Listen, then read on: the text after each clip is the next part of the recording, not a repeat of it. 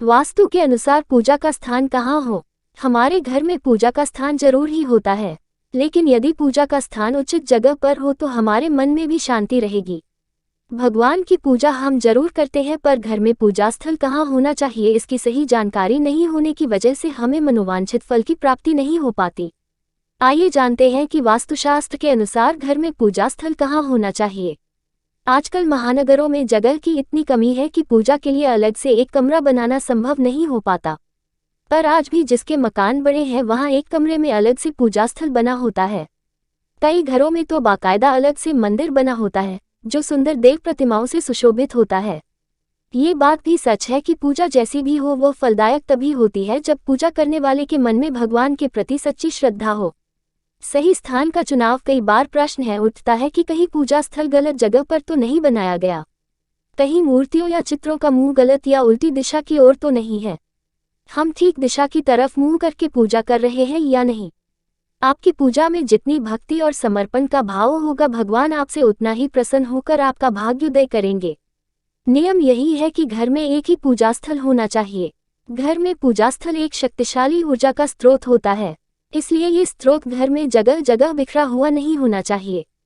कहने का तात्पर्य यह है कि एक ही घर में अलग अलग कमरों में 2 या 3 पूजा स्थल नहीं होने चाहिए।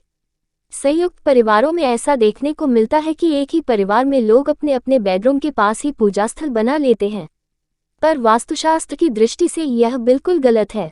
ऐसा करने से घर के सदस्य हमेशा मानसिक परेशानी से घिरे रहेंगे और उन्हें ठीक से नींद नहीं आएगी।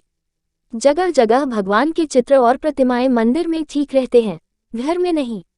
संयुक्त परिवार में तो यह अत्यंत आवश्यक है कि पूजा स्थल एक ही जगह स्थित हो, भले ही परिवार के सभी सदस्य अपनी सुविधानुसार एक साथ या अलग अलग समय पर पूजा करें। अगर आप नया मकान बनवाने की सोच रही हैं तो उसके उत्तर पूर्व के कमरे यानी ईशान कोण में पूजा स्थल रखना सर्वोत्तम रहेगा। ईशान कोण में मंदिर रखना और प्रतिमाओं का मुख पश्चिम की ओर करना ही उत्तम रहता है।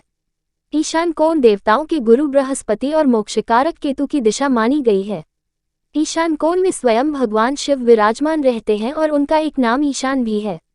ईशान कोण आध्यात्मिक कार्यों के लिए सबसे उत्तम और शक्तिशाली दिशा मानी गई है।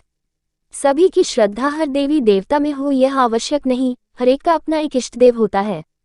वैसे तो भगवान के जिस स्वरूप की पूजा करने से ही आपको सब फल मिल जाएंगे, यह शास्त्रों का कथन है। फिर भी अगर आप एक से अधिक देवी देवताओं का पूजन करना चाहें तो अपने पूजा स्थल के बीच में गणेश, ईशान में विष्णु या उनके अवतार राम या कृष्ण, अग्निकोण में शिव, नैऋत्य कोण यानी दक्षिण पश्चिम में सूर्य तथा वायुकोण यानी उत्तर पश्चिम में देवी दुर्गा की स्थापना कीजिए। सबसे पहले सूर्य की और फिर क्रम से गणेश, दुर्गा, शिव और विष्णु की पूजा करनी चाहिए।